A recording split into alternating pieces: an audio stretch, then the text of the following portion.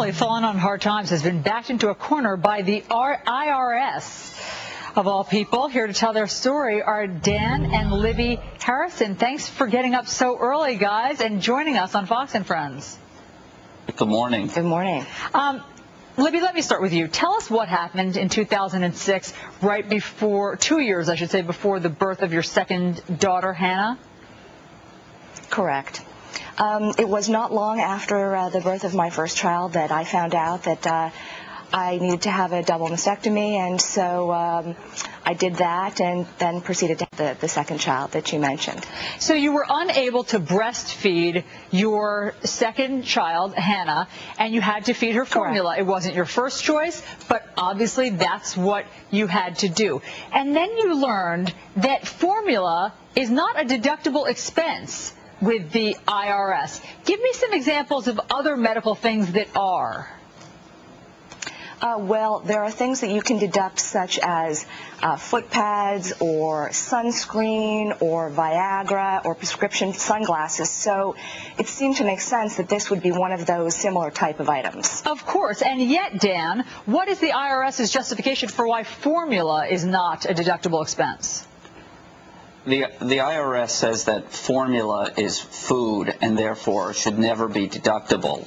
But of course, formula is substituting for breast milk. It's the only substance that one human being creates to nourish another human being. And formula is so regulated as a substance that it's more akin to producing medicine than it is to producing food. The government highly regulates its manufacture, and I think to some degree formula is being penalized for being a substance that is very old, it predates the FDA, and it's very easy to manufacture. If a woman in Libby's situation could swallow a pill, drink a liquid, and have that liquid come out of her nipple, we wouldn't be here talking to you. The IRS is penalizing formula, in this case, unfairly. So, Libby, when you found out that the IRS does not allow you to deduct formula, which is what you needed to give your child in her first year of life, what did you do? Well, I think we tried to see if there was some action that we could take to remedy the situation. And I would certainly defer to Dan to talk about some of the things that we've done.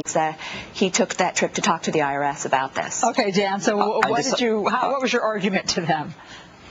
I decided to really put my money where my mouth was. It wasn't about, getting this money for me and Libby, but it was about trying to correct something that was wrong and would affect families well down the road from us. So I made the appropriate filing with the IRS. I'm an attorney by training, and a friend of mine from law school at Kirkland & Ellis was good enough to do this pro bono, to represent us pro bono. We went to the IRS. We made a filing. We said, look, you allow people to do to take all kinds of deductions, to modify cars if they're an amputee, to pay for that. Why wouldn't you, in this case, allow a mother who doesn't have breast tissue to deduct the cost of infant formula? And the IRS ruled, and they ruled against us and said, we hear your argument, we don't care. Formula is food, it should never be deductible. Go ahead and deduct as many Dr. Scholl's foot pads as you would like.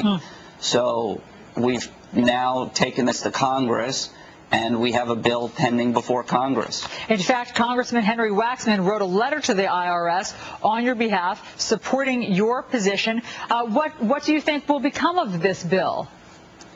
Well, we have H.R. 3445 pending. It's in the Ways and Means Committee, thanks to Congresswoman Debbie Wasserman Schultz. Kendrick Meek, who is a member of the committee, is the original co-sponsor. We've had outreach to a bunch of senators, including Schumer and Klobuchar and Kennedy and Lisa Murkowski from Alaska, and we're hopeful that Congress will see the wisdom of this and pass it. Well, the only person. Go ahead, Dan. The only people who have seemed against the argument is bureaucrats at the IRS. Well, best of luck to you, because as you have pointed out so articulately, Dr. Scholl's foot pads, sunscreen, and prescription glasses are all deductible, and something that your child needs to survive for the first year of her life is not. Please keep us posted on what happens with the bill, and best of luck. Thank you. All right, coming up, we need to update you on the top story that we're following, and that is out at the